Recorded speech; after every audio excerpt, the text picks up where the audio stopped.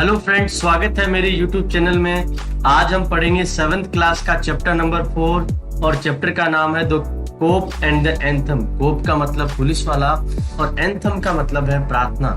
ये एक ऐसे व्यक्ति की कहानी है जो जेल में जाना चाहता है। वो व्यक्ति क्यों जेल में जाना चाहता है, उसके पीछे क्या कारण है, वो इस कहानी में पढ़ेंगे। ये ओ हेनरी के द्वारा लिखी गई है और बहुत ही शानदार रुचिकर कहानी है। तो चलो करते हैं आज के वीडियो की शुरुआत।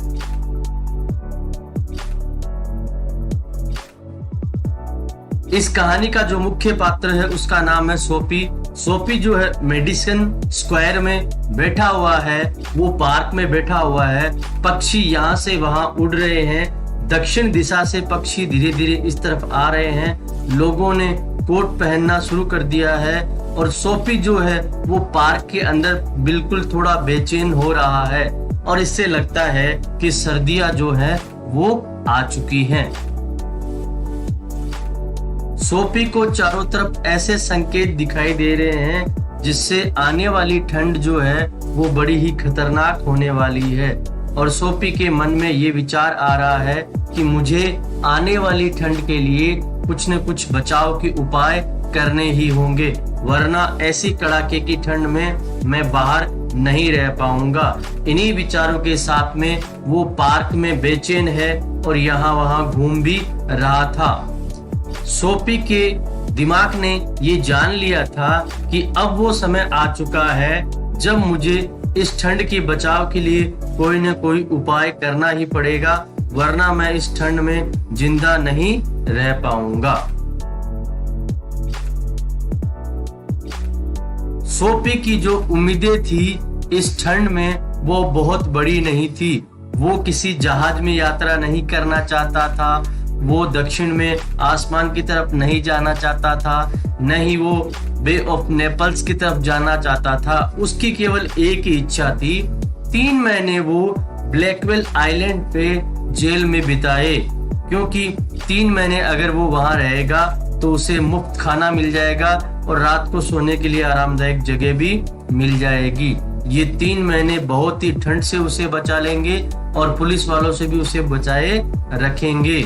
यही उसका विचार था और यही उसे ठंड से बचा सकते थे। काफी सालों से ब्लैकवेल आइलैंड, ये जो जेल है, यही उसका सर्दियों का घर रहा है। अमीर जो न्यूयॉर्क के व्यक्ति हैं वो क्या करते हैं, सर्दियों में अपनी योजनाएं बनाते हैं फ्लोरिडा जाने की या मेडिटेरेनियन सी के आसपास जाने की। लेकिन सोपी के इस प्रकार के कोई भी विचार नहीं है, कोई भी योजनाएं नहीं है। वो तो केवल ब्लैकवेल आइलैंड जो कि एक जेल है वहां जाना चाहता है, क्योंकि यहाँ धीरे धीरे ठंड बढ़ रही है। उसने अपने आसपास न्यूज़पेपर रख रखे हैं और अपने पैरों को भी ढकना चाह रहा है, परंतु वो ठंड को किसी भी प्रकार से रोक नहीं पा रहा है। सोपी इस आइलैंड के बारे में सोच रहा था और वो ये भी सोच रहा था कुछ अन्य ऐसी भी जगह है जहां वो जा सकता है और खाने और रहने के लिए पूछ सकता है। लेकिन उसने सोचा कि अगर मैं ऐसी कहीं जगह जाता हूँ और खाने और रहने के लिए मैं पूछता हूँ तो मुझे कुछ न कुछ काम करना पड़ेगा और मैं इस प्रकार का कोई भी कार्य नहीं करना चाहता। अगर कोई मुझसे पैसे नहीं मांगेगा तो बदले में कुछ न कुछ मुझसे अवश्य ही करवाएगा और इस तरह की कड़ाके की ठंड में मैं कोई भी कार्य नहीं करना चाहता हूँ। इन सबसे उपयुक्त जो जगह मेरे लिए है वो ब्लैकवेल आइलैंड ही है, जहां मैं आसानी से जा सकता हूं, आसानी से रह सकता हूं, मुझे खाना भी मिल जाएगा और आसानी से मेरी ठंड भी कट जाएगी। इस लक्ष्य को प्राप्त करने के बहुत सारे आसान तरीके थे। वो सोच रहा था कि मैं एक काम कर सकता हूँ, किसी अच्छे शानदार रेस्टोरेंट में चला जाता हूँ, वहाँ बहुत शानदार मैं खाना खा लेता हूँ और उसके बाद मैं कहूँगा कि मेरे पास देने के लिए पैसा नहीं है। फिर वो क्या करेंगे, एक पुलिस वाले को बुलाएंगे और पुलिस वाले को बुलाने के बाद में पुलिस वाला मुझे पकड़ के ले जाएगा और मुझे जेल में ले जाएगा। उसके बाद में बाकी का काम जो है जज कर देगा, जज मुझे इस कारण से ब्लैकवेल आइलैंड भेज देगा। सोफी ने अपने जगह को छोड़ दिया, धीरे धीरे मेडिसन स्क्वायर में वो चलने लगा और एक बड़ी सी गली जहां आई, ब्रॉडवे स्ट्रीट जो आई थी 5th एवेन्यू मीट में, वो वहां पहुंच गया और वहां पे उसने देखा एक बहुत बड़ा रेस्टोरेंट उसे दिखाई दे रहा है। वहां पे अच्छे अच्छे कपड़ों में लोग जा रहे थे। उसने सोचा कि वो अपने आप की तरफ देखे तो उसके कपड़े काफी ठीक ठाक थे और वो अच्छा भी दिखाई दे रहा था, परंतु उसके जूते जो थे वो थोड़े सही नहीं थे। अगर उन्हें वो छिपा ले तो इस रेस्टोरेंट में जाने का उसे मौका मिल सकता है। वो मन ही मन ये भी योजनाएं बनाने लगा कि मैं वहां जाऊंगा और वहां जाने के बाद में मैं कौन कौन सी चीजें खाऊंगा। उसने ये भी सोच लिया था कि मैं बहुत ज्यादा महंगी चीजें नहीं खाऊंगा, वरना रेस्टोरेंट के लोग मुझसे बहुत अधिक नाराज हो जाएंगे। मैं इतना ही खाना खाऊंगा जिससे मेरा पेट भर जाए और मेरा काम निकल जाए, ताकि वो लोग मुझे फिर ब्लैकवेल आइलैंड भिजवाने की व्यवस्था कर दें। पर सोफी ने जैसा सोचा था वैसा कुछ भी नहीं हुआ। जैसे ही वो रेस्टोरेंट के बाहर पहुंचा, रेस्टोरेंट के बाहर एक बड़ा वेटर खड़ा था। उसने उसे रोक लिया, उसने उसके फटे हुए जूतों को देख लिया और उसने क्या किया, उसे बिल्कुल भी उस रेस्टोरेंट के अंदर घुसने से मना कर दिया। इस प्रकार से सोफी का जो सपना ब्लैकवेल आइलैंड जाने का था वो चकनाचूर हो गया। एक बार फिर से सोफी जो है वापस अपने स्थान पे लौट गया। उसने सोचा ये तो योजना मेरे काम नहीं आई, अब मुझे किसी दूसरी योजना पे काम करना पड़ेगा। 6th एवेन्यू के कोने पे एक बहुत बड़ी दुकान थी और उसके बड़े बड़े कांच के शीशे लगे हुए थे और उसमें चमकदार लाइटें भी लगी हुई थी। सोफी ने क्या किया, एक बड़ा सा पत्थर उठाया और उसकी तरफ फेंक दिया। लोग यहाँ वहां दौड़ने लगे। एक पुलिस वाला भी वहां दौड़ के आया और जब वो पुलिस वाला दौड़ के आया तो सोफी बिल्कुल उसके सामने मुस्कुरा रहा था। पुलिस वाले ने सोफी को उस कांच की तरफ पत्थर फेंकते हुए नहीं देखा था और पुलिस वाले ने सोफी को पूछा कि वो आदमी कहाँ गया। तो सोफी ने कहा, क्या आपको नहीं लगता ये काम मैंने किया है? सोफी ये कहते हुए बहुत ज्यादा मुस्कुरा रहा था और पुलिस वाले ने उसकी बात पे बिल्कुल भी विश्वास नहीं किया।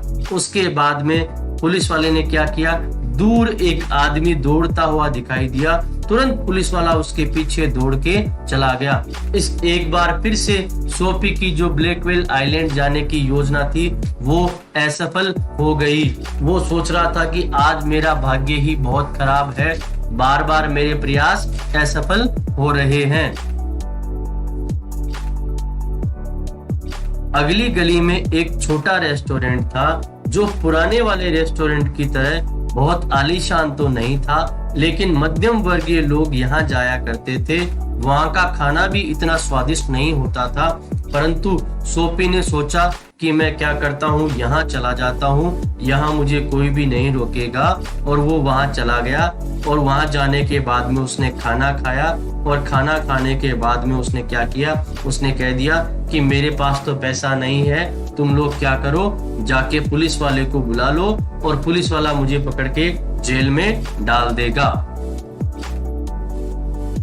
लेकिन उस होटल के जो वेटर थे उन्होंने पकड़ के सोफी को कहा, तुम्हारे लिए पुलिस वाले को बुलाने की जरूरत नहीं है। वो उसे पकड़ के होटल के बाहर ले गए और उसे सड़क पे धड़ाम से पटक दिया।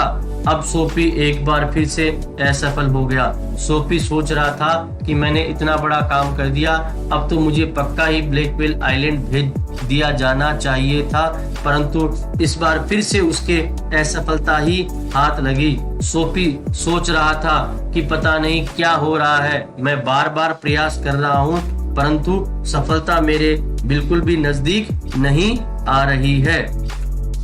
अब इन गलियों में चलते चलते सोफी एक बहुत बड़े थिएटर के सामने पहुंच गया और वहां पहुंचने के बाद में उसने ध्यान दिया कि एक तरफ एक पुलिस वाला भी खड़ा है। उसने सोचा कि ये पुलिस वाला यहाँ खड़ा है, क्यों ना इसके सामने जोर जोर से आवाज करता हूँ, जोर जोर से चिल्लाता हूँ, तो ये पुलिस वाला मुझे पकड़ के ले जाएगा। और उसने यही काम किया, वहां पे जोर जोर से चिल्लाने लगा। लोगों ने उस पुलिस वाले को कहा कि भैया ये जोर जोर से व्यक्ति चिल्ला रहा है, इसे आप पकड़ते क्यों नहीं हो? तो पुलिस वाले ने उन लोगों से कहा कि ये इस तरह के फालतू लड़के यूं ही घूमते रहते हैं, ये किसी को कोई नुकसान नहीं पहुंचाते, ऐसे लोगों को हम बिल्कुल भी नहीं पकड़ते हैं। अब एक बार फिर से सोफी के हाथ असफलता लग गई। सोफी समझ नहीं पा रहा था कि मैं क्या करूं कि पुलिस मुझे पकड़ के ले जाए, क्योंकि मैं बार बार प्रयास कर रहा हूं और बार बार असफलता मुझे मिल रही है और ठंड धीरे धीरे बढ़ती जा रही है। ये ठंड उससे बिल्कुल भी बर्दाश्त नहीं हो पा रही है। आगे जाने पे सोफी ने देखा एक व्यक्ति एक बुक स्टॉल पे न्यूज़पेपर खरीद रहा था और उसके पास में एक छाता भी रखा हुआ था।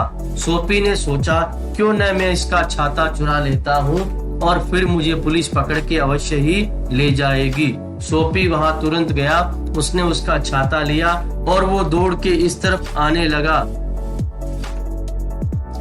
न्यूज़पेपर खरीदने वाला आदमी जब सोफी के पास में आया तो सोफी मन ही मन खुश होने लगा कि अब तो मेरी योजना अवश्य ही सफल होगी। और सोफी ने कहा कि मैंने आपका छाता ले लिया, तो क्या आप पुलिस को नहीं बुलाओगे? उसने कहा नहीं नहीं, पुलिस को बुलाने की जरूरत नहीं है, अगर ये छाता आपका है तो आप ही रख लीजिए। सोफी बड़ा ही आश्चर्यचकित हो गया, क्योंकि छाता तो उसका था ही नहीं। उस व्यक्ति ने कहा कि भाई साहब, ये छाता मुझे आज एक रेस्टोरेंट के बाहर मिला था, शायद ये छाता आपका वहां छूट गया होगा।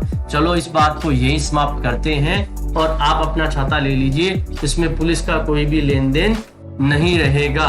एक बार फिर से सोफी के हाथ असफलता ही लगी। सोफी सोचने लगा कि कहीं मेरा ब्लैकवेल आइलैंड का जाने का सपना ही ना रह जाए।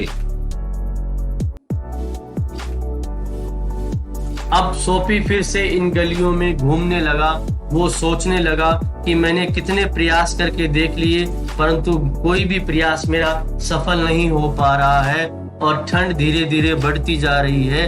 इस ठंड में मेरा बाहर रहना बिल्कुल भी संभव नहीं है, मुझे कुछ न कुछ तो करना ही पड़ेगा।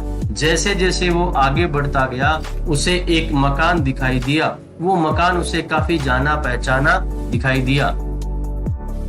ये वही मकान था जिसमें उसका बचपन बीता था। उसे याद आया अभी भी कि इस मकान में एक छोटे रूम उसका खुद का हुआ करता था और जब वो छोटा बच्चा था तो यहाँ वो बहुत शानदार ढंग से खेला करता था और बहुत ही आनंद लिया करता था। उस घर से एक संगीत की आवाज भी आ रही थी और उसे बहुत अच्छा महसूस हो रहा था कि मेरा बचपन जो था वो कितना यहाँ पे अच्छा बीता था और मेरा भी एक परिवार था और मेरे पास भी सब कुछ था। लेकिन समय कितना बदल गया और मैं भी कितना बदल गया। तब मैं एक अच्छा बच्चा था और आज मैं एक अच्छा व्यक्ति नहीं रहा, आज मैं एक बुरा इंसान बन गया हूँ। उसने अपने आप को देखा, उसे अपने आप पे शर्म आने लगी। उसने अपने जीवन को यूं ही बेकार कर दिया।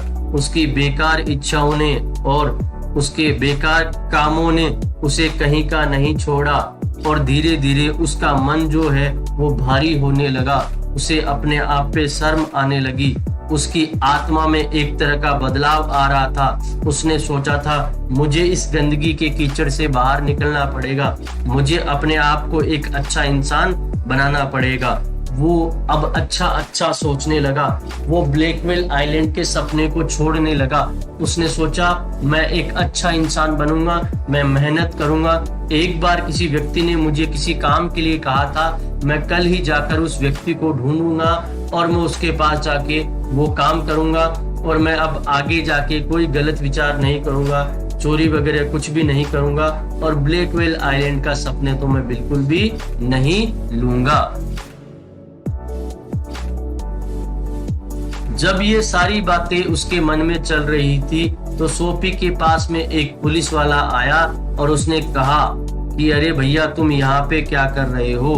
तो सोफी ने कहा मैं तो यहाँ कुछ भी नहीं कर रहा। लेकिन पुलिस वाला उसकी बात मानने को बिल्कुल भी तैयार नहीं था और सोफी उस पुलिस वाले से बहस करने लग गया कि मैं तो यहाँ से गुजर रहा था, मैं तो यहाँ यूं ही खड़ा था, मैंने कुछ भी नहीं किया। लेकिन पुलिस वाले ने उसकी बात को बिल्कुल भी नहीं सुना और कहा कि मुझे लगता है तुम कोई चोर लफंगे हो जो यहाँ पे चोरी करने के लिए आए हो।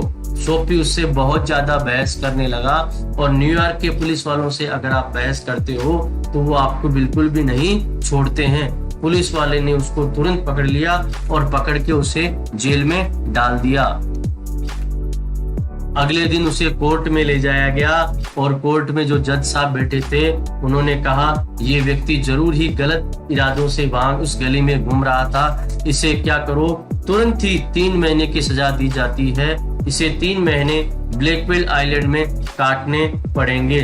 और इस प्रकार से सोफी ने जब अपना सपना त्याग दिया तो उसे ब्लैकवेल आइलैंड जाना पड़ा। दोस्तों अगर वीडियो अच्छा लगे तो लाइक और शेयर जरूर करें और चैनल को सब्सक्राइब करना ना भूलें।